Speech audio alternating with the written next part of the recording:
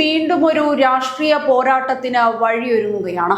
മുഖ്യമന്ത്രി വിജയ് രാജിവെച്ചതോടെ ഒഴിവ് വന്ന തിരുച്ചി ഈസ്റ്റ് മണ്ഡലത്തിലെ ഉപതിരഞ്ഞെടുപ്പിൽ DMK അധ്യക്ഷനും മുൻ മുഖ്യമന്ത്രിയുമായ MK സ്റ്റാലിൻ മത്സരിച്ചേക്കുമെന്ന സൂചനകളാണ് പുറത്തുവരുന്നത്. നിയമസഭാ തിരഞ്ഞെടുപ്പിൽ തന്റെ പരമ്പരാഗത മണ്ഡലമായ കൊളത്തൂരിൽ പരാജയപ്പെട്ട സ്റ്റാലിനെ വീണ്ടും നിയമസഭയിൽ എത്തിക്കാനും TVKയുമായുള്ള പോരാട്ടം കൂടുതൽ ശക്തമാക്കാനുമാണ് DMKയുടെ നീക്കം. സ്റ്റാലിൻ തന്നെ മത്സരിക്കണമെന്ന ആവശ്യം പാർട്ടിക്കുള്ളിൽ ശക്തവുമാണ്.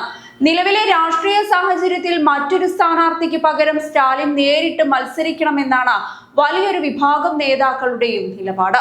അതേസമയം മത്സരിക്കുമെന്ന വാർത്തകൾ സ്റ്റാലിൻ ഇതുവരെ നിഷേധിച്ചിട്ടില്ല എന്നതും ശ്രദ്ധേയമാണ്. നേരത്തെ സ്റ്റാലിൻ ഉടൻ നിയമസഭയിൽ എത്തുമെന്ന് മുതിർന്ന DMK നേതാവ് KN നെഹ്റു പ്രഖ്യാപിച്ചിരുന്നു.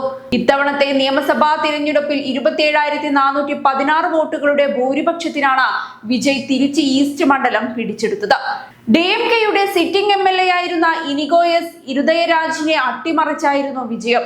എന്നാൽ 2021 DMKക്ക് 53,797 വോട്ടുകളുടെ വൻ ഭൂരിപക്ഷം നൽകിയ മണ്ഡലമായിരുന്നു ഇത്. അതുകൊണ്ട് തന്നെ നഷ്ടപ്പെട്ട കോട്ട തിരിച്ചു പിടിക്കുകയും വിജയിയുടെ രാഷ്ട്രീയ തിരിച്ചടി നൽകുകയും ചെയ്യുകയെന്ന ലക്ഷ്യത്തോടെയാണ് സ്റ്റാലിനെ കളത്തിലിറക്കാനുള്ള ആലോചന DMK സജീവമാക്കിയിരിക്കുന്നത്.